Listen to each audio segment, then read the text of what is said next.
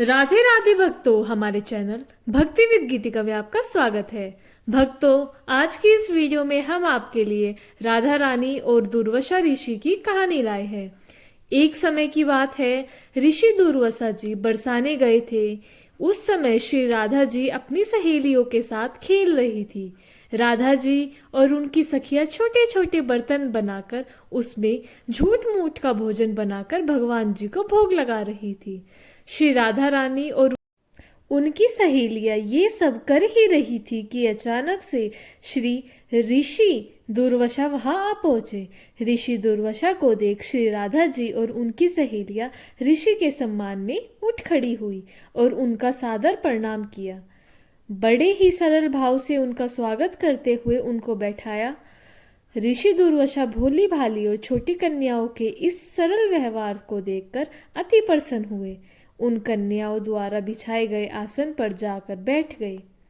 जिन दुर्वासा ऋषि की सेवा में कोई त्रुटि न हो जाए, इस डर से त्रिलोकी हमेशा डरती रहती थी, उन्हीं दुर्वासा ऋषि की सेवा भाव श्री राधा जी और उनकी सखियां बड़े सरलता और प्रेम भाव से कर रही थी। ऋषि दुर्वासा उन्हें देखकर सिर्फ मंद मंद मुस्कुरा रहे थे। फिर राधा जी की सखिया कहती है कि हे ऋषि देव, क्या आपको ज्ञात है कि मेरी राधा रानी बहुत ही स्वादिष्ट लड्डू बनाती है और उन्हीं लड्डू से हमने भगवान का भोग लगाया है और अभी आपको भी प्रसाद के रूप में वितरित करेंगे।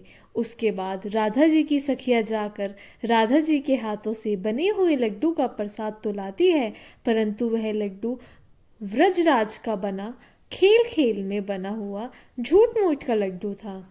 ये देखकर ऋषि दुर्वासा उनके भोलेपन से बहुत ही अभिभूत हो जाते हैं और हंसने लगते हैं और हंसकर बोलते हैं कि हे प्यारी देवियों, अब क्या मैं ये प्रसाद ग्रहण कर लूं? और पूछे कि क्या मैं ये प्रसाद आपने खुद बनाया है?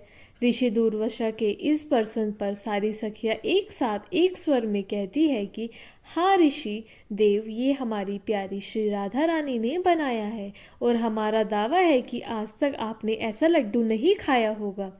उसके बाद ऋषि दुर्वासा जैसे ही उस झूठ मूठ के बने लड्डू को प्रसन्नतापूर्वक अपने मुख में डालते हैं, वैसे ही ऋषि पूरी तरह से आश्चर्यचकित रह जाते हैं, क्योंकि एक तो उस लड्डू में ब्रजरज का स्वाद था और ऊपर से उसको स्वयं श्री राधा रानी ने अपने हाथों से बनाया था। इससे ज्यादा और क्या ही हो सकता था?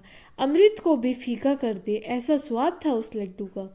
वो लड्डू खाकर ऋषि दुर्वासा की आंखों से खुशी के आंसू भर आए और उनके बाद अत्यंत प्रसन्न होकर श्री राधा जी को अपने पास बुलाते हैं और बड़े ही प्रेम से उनके सिर पर अपना हाथ फेरते हुए आशीर्वाद देते हैं। कहा कि बेटी राधा, आज से तुम अमृत हस्ता हुई, मतलब अमृत बनाने वाले हाथ। तुम्हारे हाथ से बना हुआ भोजन या कोई भी पकवान खाएगा, वह दीर्घायु वाला और हमेशा विजयी होगा। ऋषि दुर्वासा जी धन्य है जिनके आशीर्वाद ने श्री कृष्ण और राधा रानी की अत्यंत मनमोहक लीला के लिए एक मार्ग दिखाया।